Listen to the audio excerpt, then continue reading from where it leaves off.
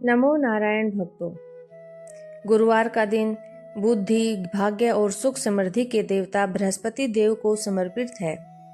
आज की इस वीडियो में हम श्रवण करेंगे बृहस्पतिवार व्रत की वह पावन कथा जिसे सुनने मात्र से दरिद्रता दूर होती है और बिगड़े काम बनने लगते हैं। चलिए श्रद्धा के साथ शुरू करते हैं।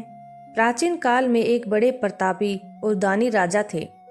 वह हर गुरुवार को दीन दुखियों की सहायता करते थे, परंतु उनकी रानी को यह सब पसंद नहीं था। वह न तो व्रत रखती थी और न ही किसी को दान देना उसे अच्छा लगता था। वह अक्सर राजा को दान देने से रोकती थी। एक बार जब राजा शिकार खेलने वन में गए थे, तब स्वयं बृहस्पति देव एक साधु का भेष धारण कर महल के द्वार पर आए और भिक्षा मांगी। रानी ने कहा, महाराज, मैं इस दान पुण्य से तंग आ गई हूँ। कृपा कर कोई ऐसा उपाय बताए जिससे यह सारा धन नष्ट हो जाए और मैं चैन से रह सकूं। साधु, जो बृहस्पति देव का रूप धारण करके आए थे, मुस्कुराए और बोले, हे देवी, तुम तो बड़ी विचित्र हो। लोग धन मांगते हैं और तुम उसे धन नष्ट करना चाहती हो।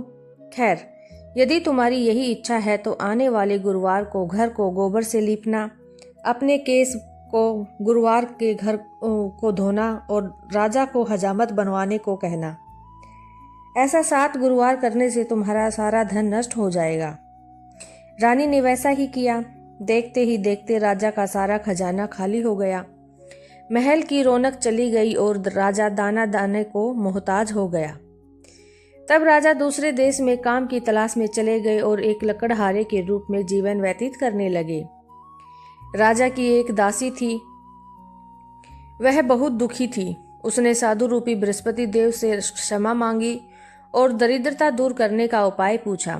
साधु ने कहा, गुरुवार का व्रत करो, पीले वस्त्र पहनो, चने की दाल और मुनक्के से भगवान विष्णु की पूजा करो और कथा सुनो। इससे खोया हुआ वैभव पुनः लौट आएगा। रानी ने अपनी भूल स्वीकार की और नियम पूर्वक गुरुवार का व्रत शुरू किया। धीरे धीरे राजा को वहां के राजा ने अपना मंत्री बना लिया और अपार धन संपत्ति के साथ वे वापस अपने महल लौटे। रानी अब श्रद्धा पूर्वक व्रत का और दान करने लगी। तो यह थी बृहस्पतिवार व्रत की कथा।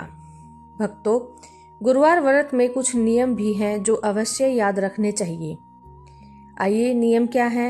इस दिन पीले वस्त्र पहने, पीला भोजन, बेसन के लड्डू, केसर या भात ग्रहण करें, केले के वृक्ष की जड़ में जल चढ़ाए और घी का दीपक जलाएं। इस दिन बाल न काटे, कपड़े न धोए और घर में पोछा न लगाए।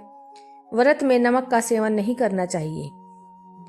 तो जो भी व्यक्ति इस कथा को श्रद्धा से सुनता है, बृहस्पति देव उसकी हर मनोकामना पूरी करते हैं।